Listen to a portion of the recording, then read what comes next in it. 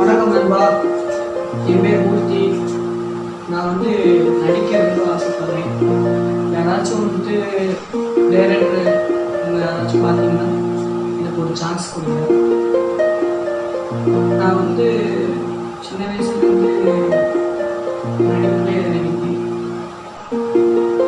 அதே நடிக்கணும்னு ஆசை. ஒரு சின்ன சான்ஸ் கொடுங்க.